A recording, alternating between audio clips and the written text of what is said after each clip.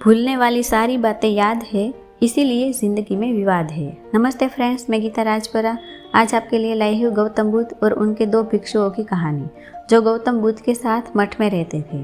पहले वाला शिष्य उम्र में ज़्यादा था, बुजुर्ग था, और जो दूसरा वाला शिष्य था वो युवा था, छोटा था और नया नया इस रास्ते पर चला था, नया नया सन्यासी बना था। उसने तो इस रास्ते पर चलना शुरू ही किया था। जो सीनियर वाले थे वो काफ़ी समय से इस रास्ते पर गौतम बुद्ध के बताए गए रास्ते पर चल रहे थे, उसकी आज्ञा का पालन कर रहे थे, मोक्ष तक पहुंचने के लिए तपस्या कर रहे थे। बारिश का मौसम था। जो मठ था वो जंगल के बीच में था, गांव से नगर से काफ़ी अंतर था और रूटीन था कि आपको जाना है, भिक्षा मांग करके वापस आना है। वो दोनों चले अपने रास्ते पे। हल्की हल्की बारिश हो रही थी। शाम तक जब उन्होंने भिक्षा ग्रहण कर ली और अब वो दोनों गांव से वापस मठ की तरफ आ रहे थे। गांव से मठ का रास्ता था, बीच में नदी पड़ती थी और बारिश की वजह से नदी में पानी तेज गति से बह रहा था। नदी पार करने ही जा रहे थे, तभी इन्हें अचानक से किसी लड़की की आवाज़ सुनाई दी। इन्होंने पलट करके देखा तो वहाँ एक सुंदर कन्या खड़ी थी। दूर से देखने पर लग रहा था मानो अप्सरा खड़ी है। इतनी सुंदर थी, उसने स्वर्ण आभूषण पहने हुए थे और ऐसा लग रहा था वो राजसी कन्या थी। उसने मदद मांगी, आवाज़ लगाई, भिक्षुओं के पास गई, जाकर के प्रणाम किया। उस लड़की ने कहा कि मैं यहाँ के राजा की बेटी हूँ, जंगल में शिकार के लिए निकली थी, अपने सैनिकों से बिछड़ गई हूँ, रास्ता भटक गई हूँ, परेशान हूँ, मुझे अपने नगर जाना है। नगर का रास्ता उस तरफ है, नदी पार नहीं हो पा रही है। मैंने 3-4 बार प्रयास किया लेकिन मेरे पैर फिसल रहे हैं। नदी में चिकने चिकने पत्थर थे जिनके ऊपर चलने की वजह से फिसलने का डर था। इन्हें समझ में आ गया कि लड़की के सामने संकट पड़ा है, उसे राजमहल तक वापस जाना है। राजकुमारी ने कहना शुरू कर दिया कि मेरे पिता चिंता कर रहे होंगे, उन्होंने मेरे लिए सैनिक भेज दिए होंगे, वो मुझे ढूंढते होंगे। राजकुमारी बार बार मदद मांग रही है।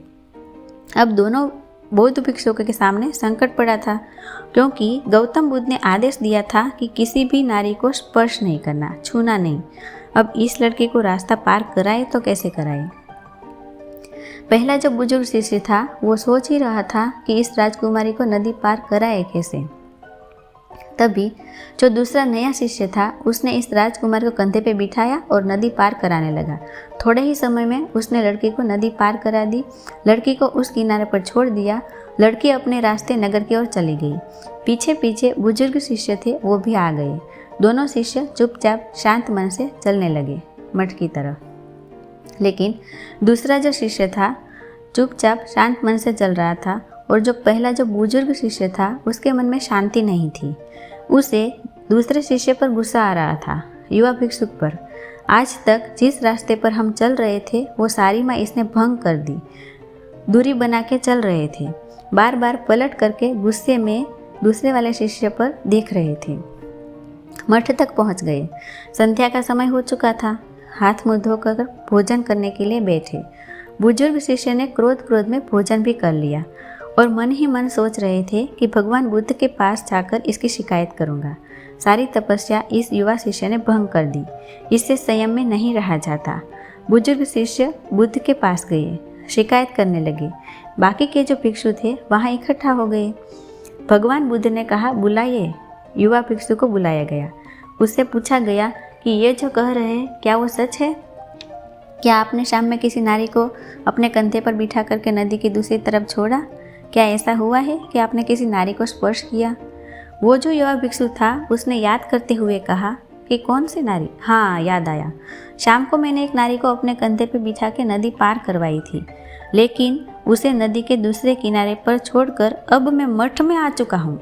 भगवान माफ़ कीजिएगा, लेकिन बुजुर्ग वाले जो मुझसे बड़े हैं, ये अभी भी उस लड़की को अपने कंधे पर बैठा करके घूम रहे हैं। जहाँ युवा भिक्षुक ने ये कहा, भगवान गौतम बुद्ध मंद मन मुस्कुरा दिए और उन्होंने अपने शिष्य से कहा, अपने शिष्य को समझाना शुरू किया कि आप वही भूतकाल में अटक जाएंगे तो कभी आगे नहीं बढ़ पाएंगे।